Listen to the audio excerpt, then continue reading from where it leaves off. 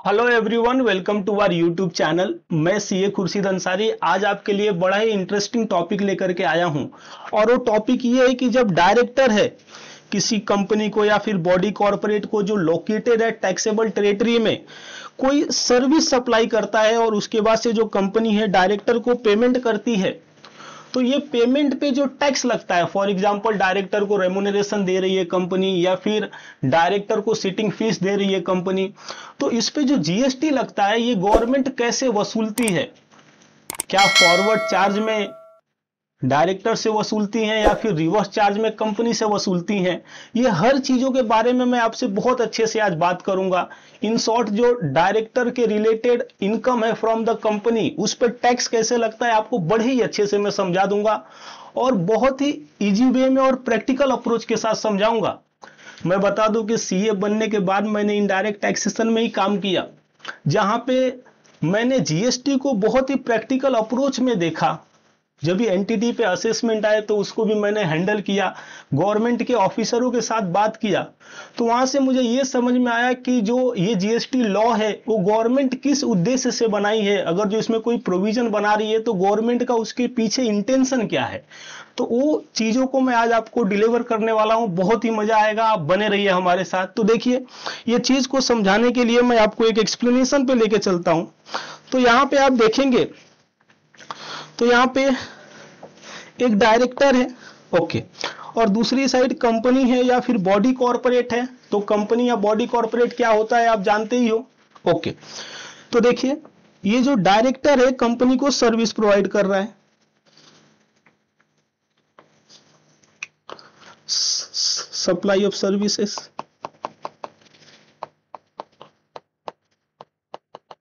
Okay. अब ये जो कंपनी है अब क्या करेगी? अब कंपनी पेमेंट करेगी, ओके, पेमेंट, ओके। डायरेक्टर कौन है यहां पे बता सकते हैं? सप्लायर ऑफ सर्विसेज से कि रेसिपिएंट ऑफ सर्विसेज से? बट ऑब्वियस, डायरेक्टर को पैसा आ रहा है, तो जब भी कुछ सेल करते हो तो ही तो आता है पैसा, तो सप्लायर सेल करता है ना, इसीलिए यहां पे डायरेक्टर क्या है? ये सप्लायर है, और जो कंपनी है या फिर बॉडी कॉर्पोरेट है वो क्या है? तो ये रेसिपिएंट है ऑफ डायरेक्टर सर्विसेज, ओके। अभी देखिए, समझ लीजिए डायरेक्टर ने एक कंपनी को एडवाइस दिया, ओके, कि जीएसटी में एक एडवाइस आया कि समझ लीजिए सेल ऑफ लैंड है तो उस पर जीएसटी लगेगा कि नहीं लगेगा, ओके। अब ये सर्विस के लिए डायरेक्टर को 1 लाख का पेमेंट कर रही है कंपनी, ओके। अब इतने में ये निर्मला सीतारमण आई, जो गवर्नमेंट है, फाइनेंस मिनिस्टर है हमारी, ये क्या बोल रही है कि भाई ये जो सप्लाई ऑफ सर्विसेज है इस पे जीएसटी लगता है। तो देखिए, अब बात ये आता है कि जो सप्लाई ऑफ सर्विसेज पे जीएसटी लगता है, तो यहां पे अगर जो समझ लीजिए 18% के रेट से जीएसटी लगता है तो 18,000 हो गया। अब ये 18,000 डायरेक्टर देंगे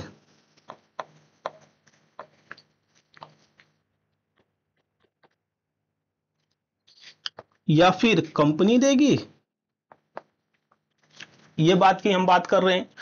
अब अगर जो डायरेक्टर देंगे तो उसे हम फॉरवर्ड चार्ज मैकेनिज्म बोलते हैं, और अगर जो कंपनी देगी तो इसे हम रिवर्स चार्ज मैकेनिज्म बोलते हैं, ओके। तो कहने का मतलब क्या है? जब सप्लायर ऑफ सर्विसेज टैक्स भरता है तो उसे हम फॉरवर्ड चार्ज मैकेनिज्म बोलते हैं, और जब रेसिपिएंट ऑफ सर्विसेज टैक्स भरता है तो उसे हम रिवर्स चार्ज मैकेनिज्म बोलते हैं, ओके।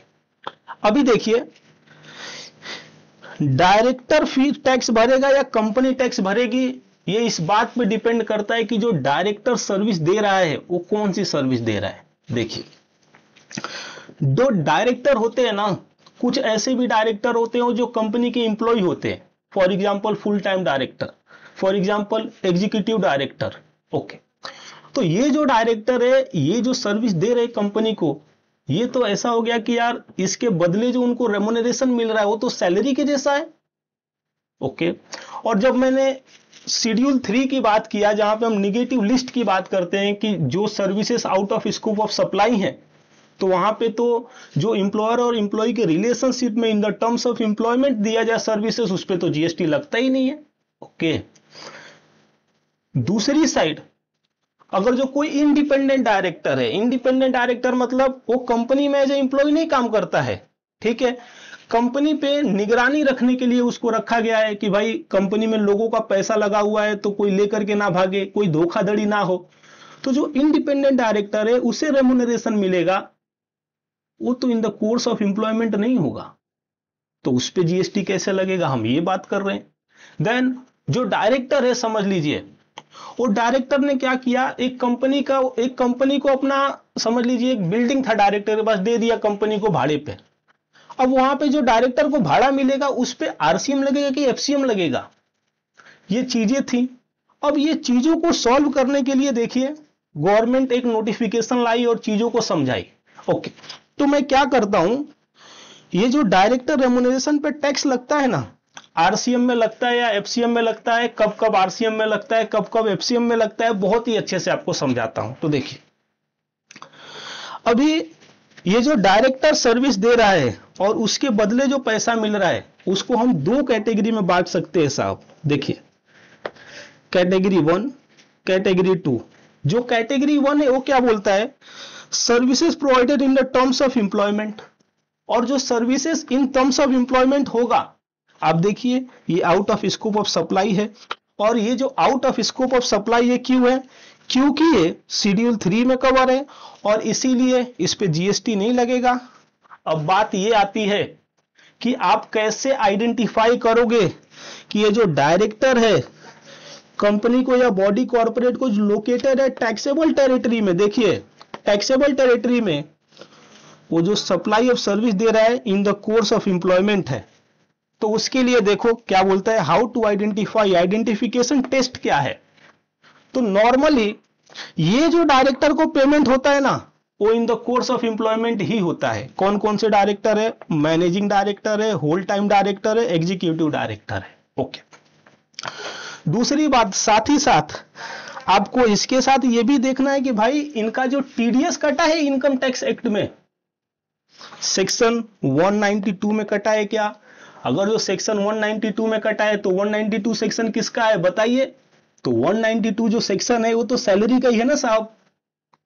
तो इसके लिए आपको आइडेंटिफाई करना कि जो डायरेक्टर ने सर्विस दिया है जिसके लिए कंपनी पैसा दे रही है डायरेक्टर को, वो शेड्यूल 3 में कवर हो रहा है कि नहीं हो रहा है। तो आपको सबसे पहले ये देखना है कि डायरेक्टर कौन है, मैनेजिंग डायरेक्टर हुआ, होल टाइम डायरेक्टर हुआ, एग्जीक्यूटिव डायरेक्टर हुआ, और साथ ही साथ वो पेमेंट के लिए टीडीएस अगर जो सेक्शन 192 में कटा है तो ये शेड्यूल 3 में of the CGST act cover होता है, और बिकॉज ऑफ दैट ये नेगेटिव लिस्ट का पार्ट बनता है, out of scope of supply हो जाता है, तो यहाँ पे जीएसटी नहीं लगती है।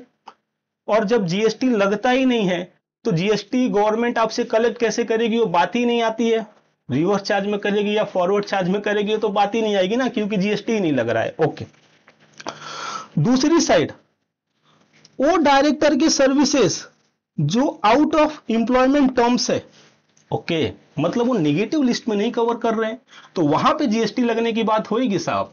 अब देखिए अब जीएसटी लगने की बात हो रही है तो ऐसे जो ट्रांजैक्शन है ना out of scope, out of employment terms, उसको भी हम दो कैटेगरी में बांट सकते हैं साहब, जिसके लिए कंपनी डायरेक्टर को पेमेंट कर रही है। एक देखिए जो डायरेक्टर है वो ट्रांजैक्शन कर रहा है in personal capacity, private capacity. For example जो डायरेक्टर का इमूवेबल प्रॉपर्टी है उसने रेंट पे दे दिया कंपनी को। ओके, तो डायरेक्टर के पास एक बिल्डिंग था, वो कंपनी को रेंट पे दे दिया। ओके, अब वहां से कंपनी डायरेक्टर को सालाना समझ लीजिए 2 लाख का रेंट देती है, तो अब वो जो 2 लाख का रेंट है ना उस पे जीएसटी लगेगा, और ये जो जीएसटी लगेगा ना फॉरवर्ड चार्ज मैकेनिज्म में लगेगा, और फॉरवर्ड चार्ज मैकेनिज्म में लगेगा तो किससे कलेक्ट करेगी गवर्नमेंट बताइए, तो वो डायरेक्टर से करेगी, क्योंकि डायरेक्टर सप्लायर ऑफ सर्विसेज है। ओके, रेंटिंग की सर्विस सप्लाई कर रहा है, और body corporate recipient of services है। ओके, अभी देखिए जो आउटसाइड एम्प्लॉयमेंट टर्म्स है और डायरेक्टर कैपेसिटी में डायरेक्टर सर्विस प्रोवाइड कर रहा है, फॉर एग्जाम्पल वो कंपनी में जा करके कुछ एडवाइस दे करके आ रहा है। ओके, अब ऐसे सर्विसेज के लिए आपको ये देखना है कि ये out of scope of employment terms है, ये कैसे आइडेंटिफाई करेंगे। तो देखिए, नॉर्मली ये जो डायरेक्टर है ना, ये सर्विस देते हैं वो एम्प्लॉयमेंट टर्म्स में आके नहीं देते हैं। जैसे कि पार्ट टाइम डायरेक्टर, वो कभी कभी आते हैं कंपनी में, कोई स्पेशल डिसीजन लेना रहता है तो आते हैं, या फिर समझ लीजिए इनकम टैक्स का कुछ प्रॉब्लम आता है, कहीं पे टैक्सेशन का प्रॉब्लम आता है, वहां पे आकर के वो एडवाइस दे करके जाते हैं। या फिर नॉन एग्जीक्यूटिव डायरेक्टर या फिर इंडिपेंडेंट डायरेक्टर। तो ये जो डायरेक्टर को पेमेंट करती है कंपनी या बॉडी कॉर्पोरेट, वो नॉन एम्प्लॉयमेंट टर्म्स में होता है। और साथ ही साथ आपको ये भी देखना है कि ये डायरेक्टर को पेमेंट हो रहा है और जो टीडीएस कट कर रही है कंपनी पेमेंट करते टाइम इनकम टैक्स में, वो सेक्शन 194J में कर रही है, मतलब एज अ प्रोफेशनल फीस पे कर रही है। तो वहां पे जो टैक्स लगेगा, सबसे पहली बात है टैक्स तो लगेगा। दूसरी बात, ये जो टैक्स है ना, इस पे आरसीएम के थ्रू गवर्नमेंट टैक्स कलेक्ट करेगी। आरसीएम के थ्रू कलेक्ट करेगी मतलब किससे करेगी, जल्दी बताइए। तो यहां पे आरसीएम के थ्रू कलेक्ट करेगी मतलब कंपनी से करेगी या फिर बॉडी कॉर्पोरेट से करेगी, जो होगा। तो आशा करता हूं कि आपको बहुत ही अच्छे से समझ में आया कि जब ये डायरेक्टर किसी कंपनी या बॉडी कॉर्पोरेट को सर्विस देता है तो उस पर टैक्स कैसे गवर्नमेंट कलेक्ट करती है। आशा करता हूं कि जो आपको ये मैं समझाया आप चीजों को समझ पाए। अगर जो आपको ये नोट्स चाहिए तो यहाँ पे वीडियो के नीचे आप कमेंट कर दीजिए, आपको ये नोट्स मिल जाएगा हमारे तरफ से। तो मिलते हैं अगले वीडियो में अगले टॉपिक के साथ। Thank you.